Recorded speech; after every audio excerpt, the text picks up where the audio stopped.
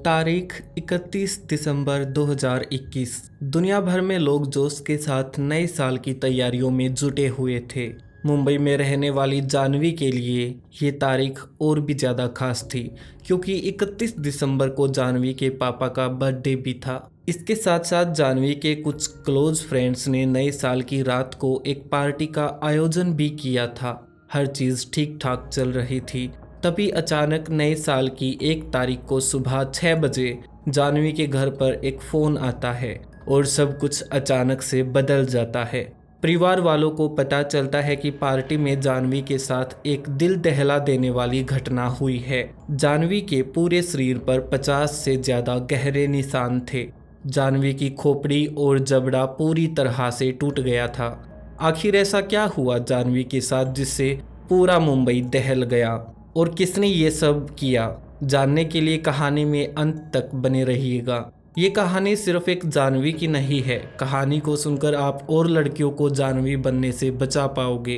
कहानी मुंबई में रहने वाली जानवी की है, जो खार इलाके में रहती थी। 31 दिसंबर को जानवी के पापा का बर्थडे भी था। इसी बर्थडे पर घर पर एक छोटी सी पार्टी भी रखी थी। इस पार्टी में जानवी के कई दोस्त और पड़ोस के कुछ लोग भी शामिल थे। पार्टी में जानवी के कुछ खास दोस्त भी थे, संजय और दिव्या। जानवी का एक और दोस्त भी था, दीपक आहूजा, जो खार में ही एक अपार्टमेंट में रहता था। दीपक ने भी अपने अपार्टमेंट में नए साल की एक पार्टी रखी थी। जानवी पहले तो घर पर अपने पापा का बर्थडे सेलिब्रेट करती है। उसके बाद रात 8 बजे अपने दोस्त दिव्या और संजय के साथ वह दीपक के घर जाते हैं, जहां दीपक ने पार्टी की तैयारियां की थी। ये पार्टी नए साल के उपलक्ष्य में थी। करीब 20 के आसपास लोग थे जो इस पार्टी में शामिल हुए थे। ज़्यादातर सभी बच्चों को जानवी के परिवार वाले जानते थे।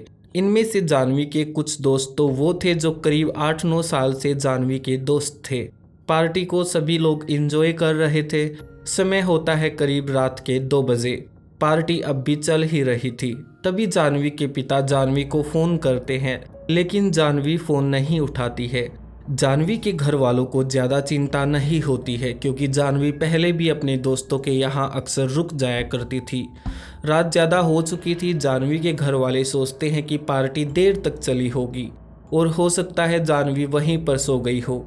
सुबह करीब 6 बजे जानवी के घर पर फ़ोन बजता है। घर वालों को लगता है किसी ने नए साल की बधाई देने के लिए फ़ोन किया होगा। घर वाले फ़ोन उठाते हैं तो उनके पैरों तले ज़मीन निकल जाती है। तभी फ़ोन पर जानवी का एक दोस्त बताता है कि जानवी का एक्सीडेंट हो गया है। कुछ ही देर बाद दिव्या के पिता का फ़ोन भी आता है। घर वाले फ़ोन रिसीव करते हैं तो बताया जाता है कि बच्चों का एक्सीडेंट हो गया है और आप जल्दी से पुलिस स्टेशन चले जाओ। ये लोग मुंबई के खार इलाके में रहते थे, तो जाहिर है पुलिस स्टेशन भी खार का ही होगा। जानवी के पिता आनन फानन में पुलिस स्टेशन पहुँचते हैं। तभी दिव्या के पिता का फिर से फ़ोन आता है। वो बताते हैं कि दिव्या हिंदुजा हॉस्पिटल में है और जानवी बाबा हॉस्पिटल में है। जानवी के पिता पूछते हैं कि अगर एक्सीडेंट साथ हुआ है तो दोनों अलग अलग हॉस्पिटल में कैसे गए।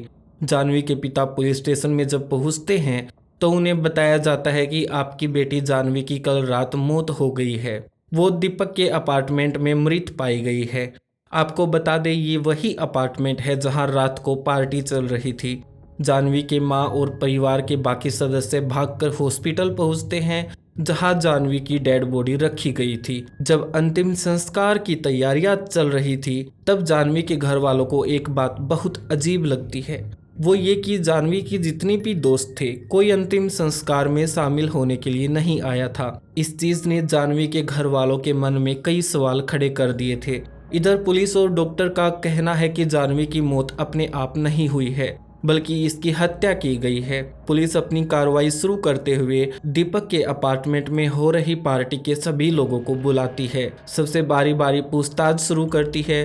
पुलिस पूछताछ में दिव्या पुलिस को बताती है कि रात को जब पार्टी हो रही थी तो जानवी एक कोने में बैठी थी, तभी दीपक उसे जबरदस्ती किस कर रहा था। जब पुलिस दीपक से पूछताछ करती है तो पार्टी में शामिल एक और शख्स आकाश से भी पूछती है।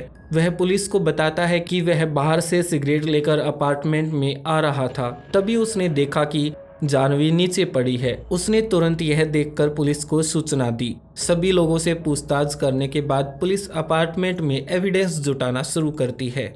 पुलिस को 3rd फ्लोर से जानवी की एक ईयरिंग मिलती है और 4th फ्लोर से कुछ खून के निशान मिलते हैं। ये खून के निशान सीढ़ियों में भी मिले थे। पुलिस जब आकाश के अपार्टमेंट की तलाशी लेती है तो पुलिस को आकाश की एक शर्ट बरामद होती है जिस पर खून के कुछ निशान पाए जाते हैं। पुलिस ने खून के सैंपल लिए और पाया कि जो खून 4th फ्लोर पर था वह आकाश की शर्ट में भी था और वह जानवी की शर्ट में भी था। कुछ दिन बाद जब पोस्टमार्टम रिपोर्ट आती है तो पुलिस को पता चलता है कि जानवी की बॉडी पर 50 और 70 के बीच गहरे जख्म के निशान थे।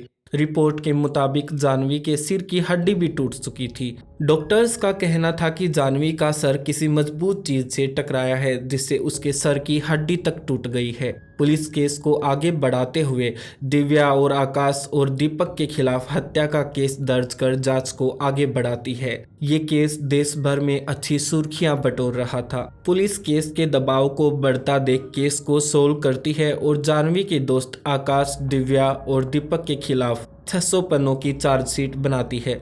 हत्या की जो वजह थी वह बहुत चौंकाने वाली थी। पुलिस के मुताबिक जानवी के 3 दोस्तों ने पहले तो उसे बुरी तरह से मारा पीटा, फिर उसे 2nd फ्लोर से नीचे धक्का दे दिया। पुलिस ने ये भी बताया कि हत्या की वजह प्यार था। चार्जशीट के मुताबिक आकाश दिव्या से प्यार करता था और वह साथ साथ जानवी से भी प्यार करने लगा था। जब दिव्या को इस बारे में पता चला तो दोनों की लड़ाई हो गई। सभी ने ड्रिंक्स पहले से ही कर रखी थी। नशे में होने के साथ साथ बदले की भावना से दिव्या ने जानवी को पीटना शुरू कर दिया।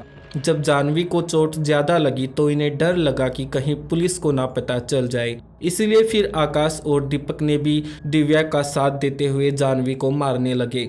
जानवी अपनी जान बचाने के लिए नीचे की तरफ सीढ़ियों से भागती है और दीपक ने जानवी का सर सीढ़ियों की रेलिंग से दे मारा। जब जानवी बेहोश हो गई तो ये जानवी को 2nd फ्लोर पर लेकर गए और उसे सिर के बल नीचे गिरा दिया, जिससे जानवी की मौके पर ही मौत हो गई। पुलिस ने सभी आरोपियों को कोर्ट में पेश किया और उन्हें जेल भेज दिया। लड़का हो या लड़की, कोशिश करनी चाहिए रात की पार्टियां अवॉइड करें, क्योंकि किस पर विश्वास करे और किस पर विश्वास नहीं करे ये हम तय नहीं कर सकते। जिन्होंने जानवी की हत्या की वह जानवी के कई सालों से दोस्त थे। ये थी आज की कहानी। फिर मिलते हैं आपसे नए केस के साथ। तब तक के लिए अपनों का और खुद का ध्यान रखिएगा। बाय।